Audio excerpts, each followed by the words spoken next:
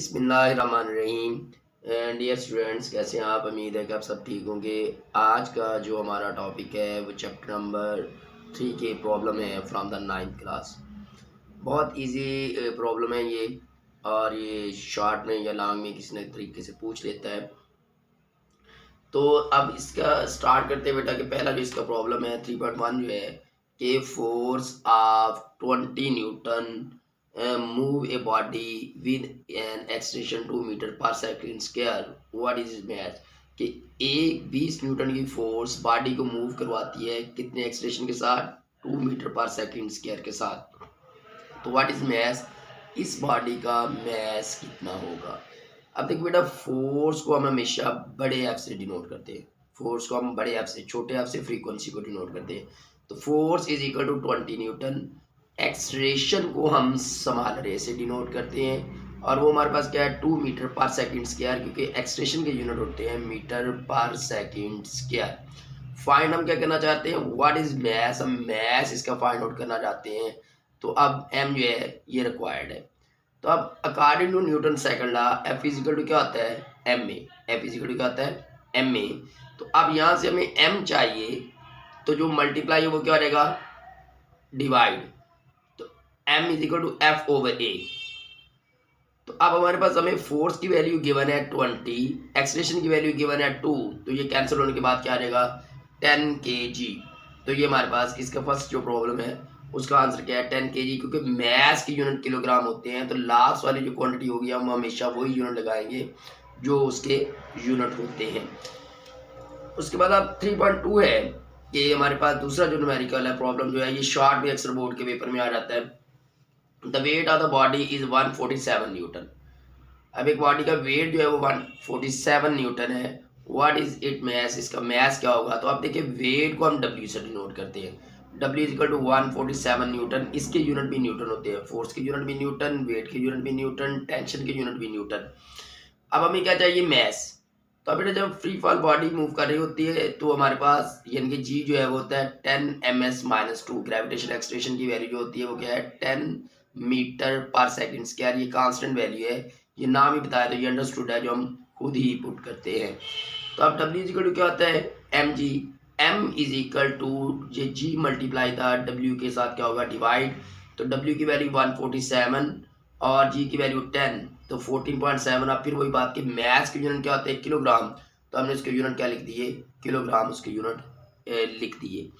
Next हमारे पास तीसरा numerical है, how much force is needed to prevent a body of the mass 10 kg from falling. कितनी force चाहिए body को गिरने से?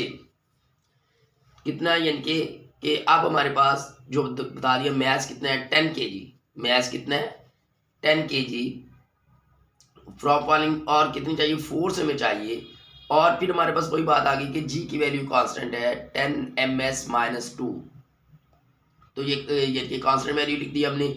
F is equal to W is equal to M G. Force जो है वो वेट के बराबर है, तो इसलिए हमारे पास m की वैल्यू 10, g की वैल्यू 10, 10 मल्टीप्लाई बाय 10 क्या हो गया?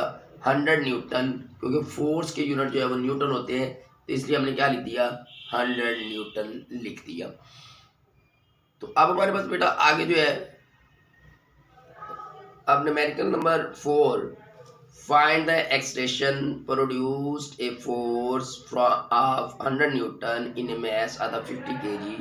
फाइंड क्या करना है हमने? एक्सलेरेशन। एक्सलेरेशन को हम स्मॉल ए से डिनोट करते हैं, फोर्स हमारे पास बड़े एफ से डिनोट करते हैं 100 न्यूटन, और मैस क्या है? 50 kg, यानी कि मैस आधा 50 kg। अब फिर वही कि एफ इजिकल टू क्या होता है? M A. According to Newton second F is equal to M A. हमें ए चाहिए तो एफ ओवर एम होगा। अब फोर्स की यूनिट यानी कि फोर्स की वैल्यू दी हुई है 100 न्यूटन, मैस की वैल्यू 50, और जब इसे कैंसिल करेंगे तो 2, और एक्सलेरेशन के यूनिट होते हैं मीटर पर सेकंड स्क्वायर, तो हमने उसी के यूनिट लिख दिए मीटर पर सेकंड स्क्वायर। अब next numerical number 5, a body has a weight 20 Newton. एक बॉडी जिसका वेट 20 न्यूटन है, how much force is required to move it vertically upward with an acceleration of 2 metre per second square. अगर हम इसे ऊपर की तरफ मूव करवाना चाहते हैं 2 मीटर पर सेकंड स्क्वायर के एक्सलेरेशन के साथ, तो हमें कितनी फोर्स चाहिए?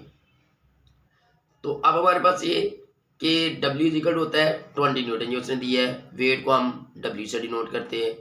अब required to move vertically upward with an extension को किससे डिनोट कर रहे हैं, स्मॉलर से। A is equal to 2ms-2, और फोर्स चाहिए जो उसे अपवर्ड मूव करवाने के लिए हमें कितनी फोर्स चाहिए।